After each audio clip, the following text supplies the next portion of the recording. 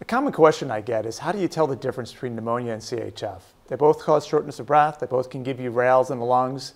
So how do you tell the difference in the field? Some agencies still carry Lasix, and giving Lasix to a patient with pneumonia can actually be deadly. So it's important for our paramedics to know the difference, to be able to tell clinically the difference between these two things. And it actually can be fairly simple. We just really need to look at the pattern, something I call pattern recognition in medicine. So what I want to do in this brief lecture here is go over the patterns that tell us when we've got pneumonia and when we've got CHF. So let's start off with a sort of a case here. So EMS is called by a local nursing home for a patient complaining of shortness of breath. They find an elderly man lying in bed with an O2 sat of 80% with labored breathing. Sample reveals the man was found by the staff with shortness of breath and decreased level of consciousness this morning. The man normally is confused but talkative. There are no allergies. The medications are Aricept, albuterol, and Risperdal. Past medical history is positive for a stroke, and the man is fed continuously via a G-tube. So the patient is treated with oxygen, and the O2 sat rises from 80 to 95%. The vitals reveal a pulse of 110, a respiratory rate of 26, blood pressure of 110 over 50, and the skin is dry.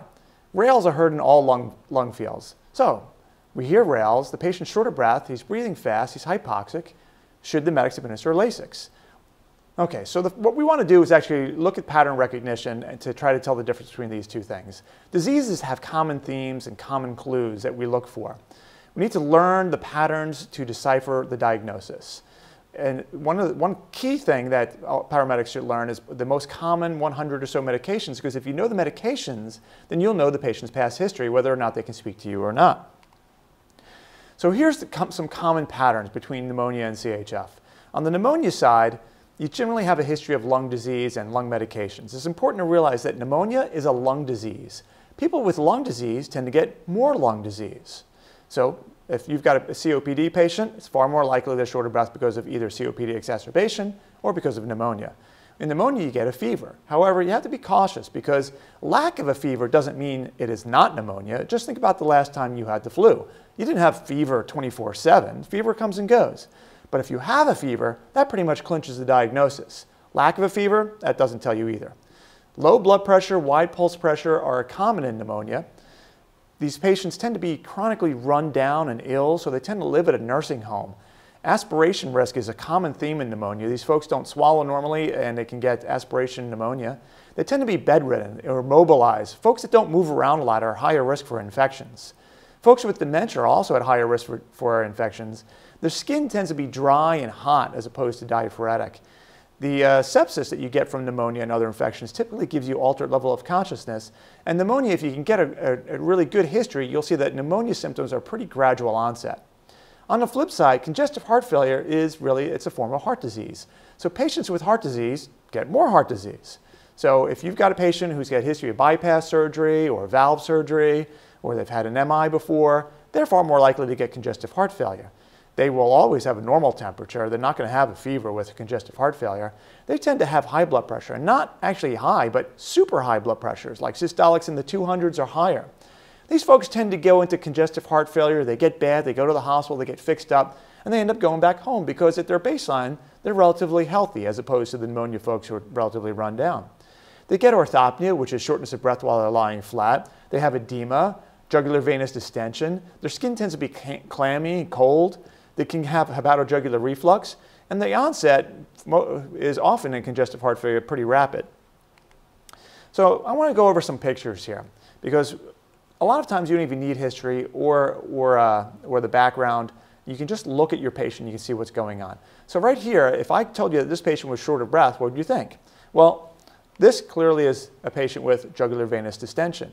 Jugular venous distension is a sign of fluid overload. So this is a patient with congestive heart failure.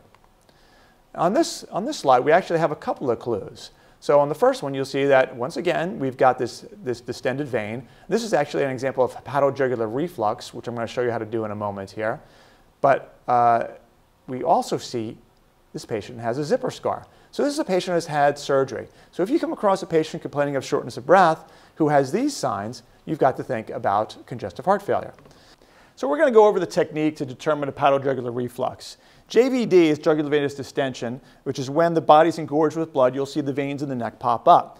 When it's more subtle, though, you have to actually do this maneuver called hepatojugular reflux. So what you do is put your patient in the typical position. You're looking for JVD, have them turn their head off to the left, and you're looking right over the neck here, looking for jugular venous distension. If you don't see it, you can push over the liver in the right upper quadrant. When the body becomes engorged with blood, what happens, and fluid overloaded, the liver will become engorged, and you can squeeze on the liver sort of like a sponge. It'll squirt out the blood into the venous system, and that'll make the jugular vein pop back up. So what you do is just take your hand, put it over the right upper quadrant, and push down and in for several seconds constantly, and while you're observing over the jugular vein. And what you'll see is, in the folks with mild CHF, the jugular vein will pop up, and that is hepatojugular reflux. A simple exam looking for subtle CHF. So here we've got a patient, and I'm not giving you any history. All I'm showing you is a foot. And when you look at the foot, you see there's pitting edema. And this is what pitting edema means, that you push your finger in it, and it creates a pit, and the pit stays there. And if you look, you can see the other foot in the distance there in the background of the picture, and both feet have this pitting edema. Again, another example of pitting edema. So this is another patient with fluid overload, so this is going to be congestive heart failure.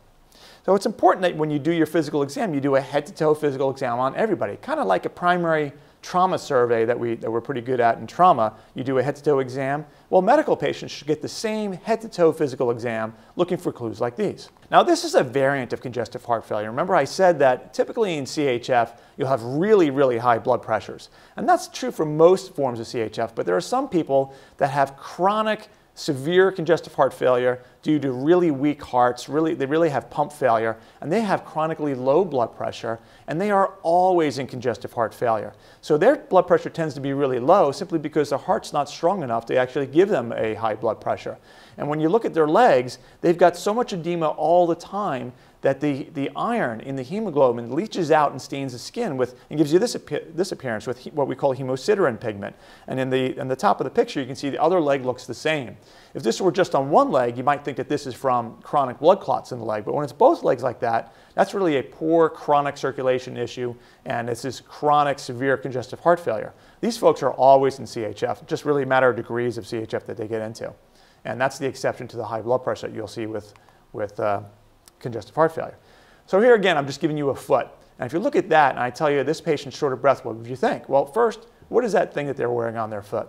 This is a boot that we put on patients that are relatively immobilized to prevent pressure sores. So this tells you this is a patient that doesn't walk around a lot, they're pretty well immobilized, and we know that people that don't have good mobility are at high risk for pneumonia. This tends to be a chronically disabled or a chronically debilitated patient. So this would be a pneumonia patient. Now you look at this case, and we've got multiple clues on here to suggest that this is pneumonia. First, you see that we've got some pursed lip breathing.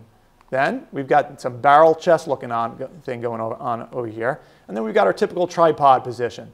So this is clearly a patient who's got some lung disease. And remember, pneumonia is lung disease. So this is the patient with COPD, and if they get short of breath, you've really got to suspect pneumonia. Even if you hear rales in the lungs, the rales is probably pus, not fluid. And those are the two things that really give you rales in the lungs. You could have fluid from congestive heart failure, or you could basically have pus, which is pneumonia, and they sound very similar. So you really have to look at the pattern to figure out the difference between the two. Now here's another one. This here is a PEG tube, and it's used for folks that can't swallow normally. So these people, either they've had a stroke or some other swallowing disorder, they can no longer eat through their mouth. So we'll feed them directly into the stomach through this tube.